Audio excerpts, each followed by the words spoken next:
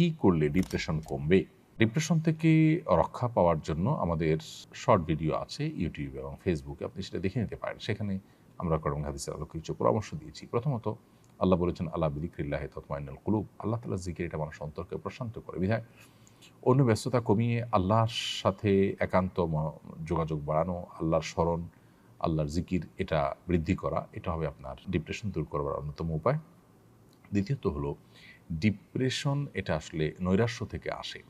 আল্লাহর প্রতি বিশ্বাস যদি কারোর প্রগাঢ় হয়, আল্লাহ রহমান রাহমিন, আল্লাহ সব কিছু করতে পারেন, এই বিশ্বাস যদি কারোর থাকে, তাহলে তার মধ্যে ডিপ্রেশন কাজ করতে পারে না। বিধায় আমাদের ঈমান, আমাদের আল্লাহর প্রতি বিশ্বাস, আস্থা, এগুলো যদি আমরা বাড়াতে পারি, ইনশাআল্লাহ ডিপ্রেশন কমে যাবে। অর্থাৎ ঈমান এবং তাকওয়ার চর্চা বাড়াতে হবে। তৃতীয়ত ইস্তেগফার, আল্লাহর কাছে নিজের গুনাহ এবং পাপাচারের জন্য যদি ক্ষমা প্রার্থনা করেন, তাহলে সেক্ষেত্রে আল্লাহ তাআলা আপনার ডিপ্রেশন এবং দুশ্চিন্তা দূর করে দিবেন। হাদিসে আসছে, নবী সাল্লাল্লাহু আলাইহি ওয়াসাল্লাম বলেছেন, মান লাযিমাল ইস্তিগফার জাআলাল্লাহু মিন কুল্লি দিকিন মাখরাজা ওয়া মিন কুল্লি হাম্মিন ফারাজা।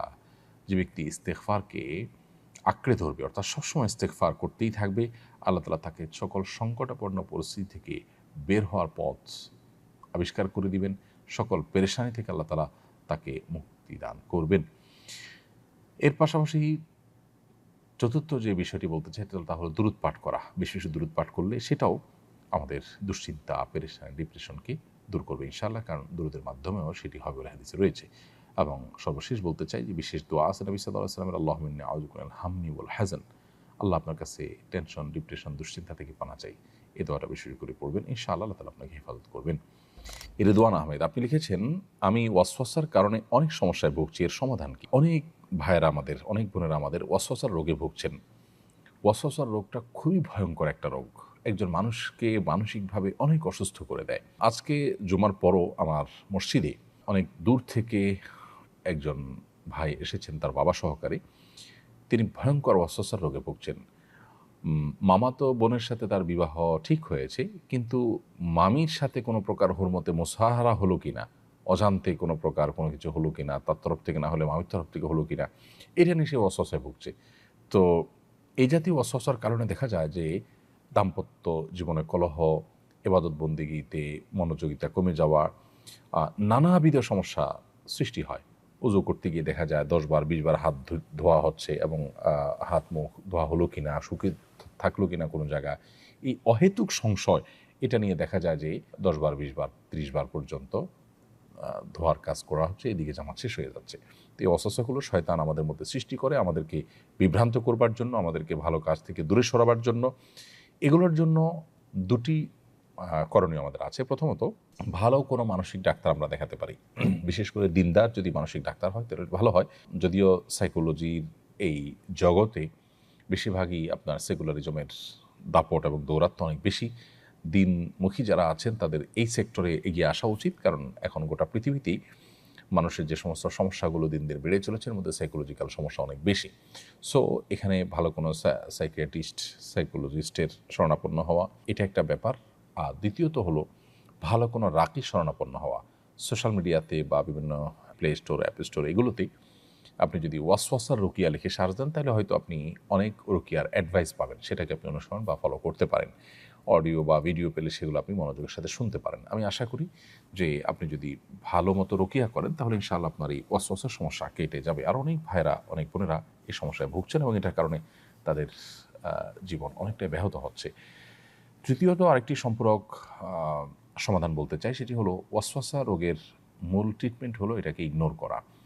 যিনি ওয়াসওয়াসা রোগে ভুগছেন তার এটা বোঝা উচিত, এটা শয়তান আমাকে পেরেশান করবার জন্য করছে। অতএব এটাকে আমলে নেওয়া মানে হলো শয়তানের কাজটাকে ত্বরান্বিত করা এবং সহজতর করা।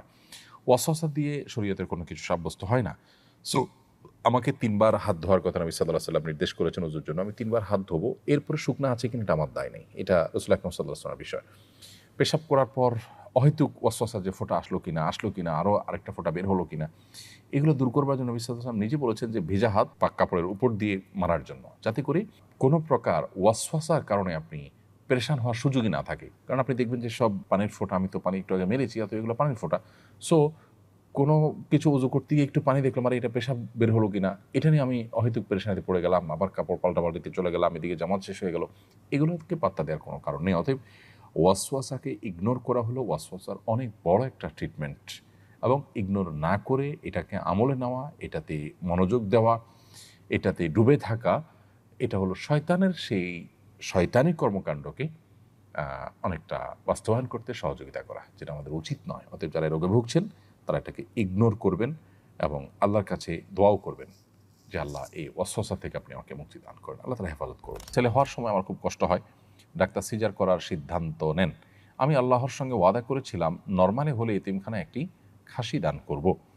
আমার ছেলের বয়স 7 বছর, এখন সম্পন্ন করতে পারিনি। এই ওয়াদা করা কি আমার সঠিক হয়েছে? এখন সম্পন্ন করতে না পারায় কি এখন সম্পন্ন করতে না পারায় কি গুনাহ হবে? এ কারণে আমার ছেলের কি কোনো ক্ষতি হবে? আল্লাহর সঙ্গে আপনি যদি ওয়াদা করে থাকেন যেটা হলে আমি এটা করব, তাহলে আপনার এই ওয়াদা পূরণ করা উচিত, এটা আপনার কর্তব্য। আর এটা না করলে আপনি গুনাহগার হবেন। দেরি হয়েছে তারপরও যদি আপনি করে ফেলেন তাহলে এটি আদায় হয়ে যাবে এবং ইনশাআল্লাহ বিইذনিল্লাহ আপনি দায় থেকে মুক্ত হয়ে যাবেন। কিন্তু এর ফলশ্রুতিতে আপনার সন্তানের ক্ষতি হবে কিনা সেটা অবশ্য এর সাথে প্রাসঙ্গিক বিষয় নয়, কারণ সন্তান তো এখানে কোনো অন্যায় করেনি, অতএব তার এখানে লাভ ক্ষতির বিষয় নেই। ক্ষতি যা হওয়ার আপনার হবে, আপনি গুনাহগার হবেন এবং আল্লাহর সঙ্গে কৃত ওয়াদা এটা পূরণ করা উচিত আপনার। যতটুকু আপনি ওয়াদা করেছেন ততটুকু আপনার সাধ্যের মধ্যে থেকে। সো আপনি আগে করতে না পারলে এখন এটিকে পূরণ করবার চেষ্টা করবেন। মোহাম্মদ রিয়াজ লিখেছেন, আমার বয়স 17, আমি বাবরি চুল রাখতে পারবো কিনা? হ্যাঁ, অবশ্যই রাখতে পারেন। তমিন ইসলাম আপনি লিখেছেন, ফর্সা হওয়ার ক্রিম ব্যবহার করলে কি গুনাহ হবে? এটা স্বাভাবিক আকৃতি পরিবর্তন হিসাবে গণ্য হবে কিনা? উত্তর হলো না। ফর্সা হওয়ার ক্রিম ব্যবহার করলে আসলে আমাদের আকৃতি পরিবর্তন বলতে যেটা বোঝায় সেরকম কিছু হয় না, বিধায় এটা ব্যবহার করা হারাম হবে না। তবে আমরা যখন প্রসাধনী ব্যবহার করব সতর্ক থাকতে হবে এগুলোতে হারাম কোনো উপাদান আছে কিনা। আমরা খাদ্য গ্রহণের ক্ষেত্রে, পানীয় গ্রহণ করার ক্ষেত্রে হালাল হারাম বাছ বিচার করলেও আমরা অনেকেই জানি না যে প্রসাধনী ব্যবহারের ক্ষেত্রে হালাল হারাম বাছ বিচার করার বিষয়টা রয়েছে। আপনি দেখবেন যে ইয়াহুদি যে পণ্যগুলো বয়কট করার জন্য আহ্বান করা হয়, তাদের পণ্যগুলোর তালিকার মধ্যে সবচেয়ে দীর্ঘ তালিকা হলো এই প্রসাধনী রিলেটেড পণ্যগুলো। এই পণ্যগুলোর মাধ্যমে অনেক হারাম বস্তু আমাদের শরীরে প্রবেশ করানো হয়ে থাকে। আমরা এগুলো যখন ব্যবহার করি নানাভাবে এগুলো আমাদের শরীরে প্রবেশ করে, আমরা সেই দিকটাকে অনেকেই খেয়াল করি না। অতএব সেখানে হালাল হারাম বিষয়টাকে বিশেষভাবে আমাদের বিবেচনা আনতে হবে। তবে মৌলিকভাবে ফর্সা হওয়ার ক্রিম ব্যবহার করাটা নিষিদ্ধ নয়। ভগ্নিপতি কি শালীকে বিয়ে করতে পারবে কিনা? না, ভগ্নিপতি শালীকে বিয়ে করতে পারবেন না। বিশেষ করে শালীর বোন নিজের স্ত্রী থাকা অবস্থায় যদি বোনের সাথে তালাক হয়ে যায়, বিচ্ছেদ হয়ে যায় বা বোন মারা যায়, তখন শালীকে বিয়ে করতে পারবেন। সাইম ইসলাম আপনি লিখেছেন, হাঁটু এবং কোমরের সমস্যা থাকলে চেয়ারে বসে নামাজ পড়া যাবে কি না? হাঁটু এবং কোমরে যদি এত বেশি অসুবিধা থাকে, এত বেশি অসুস্থ থাকে এবং ব্যথা থাকে যে আপনি রুকু সেজদার জন্য যে মুভমেন্ট সেটা করতে পারেন না, কোনোভাবে অসহনীয় কষ্ট হয়, অসুস্থ হয়, তাহলে সেক্ষেত্রে আপনি চেয়ারে বসে নামাজ আদায় করতে পারবেন। আর যদি সমতলে বসে বসে সালাত আদায় করার সুযোগ থাকে তাহলে সেটা আপনি করবেন। সেটা যদি না হয় তাহলে চেয়ারে বসে আপনি নামাজ আদায় করতে পারেন। কিন্তু যে অপারগ হলে তখন শুধুমাত্র একটু অস্বস্তি লাগছে বা একটু কষ্ট হচ্ছে, এটার উপর ভিত্তি করে আপনি চেয়ারে বসে নামাজ পড়া শুরু করলে সেটি সঠিক হবে না।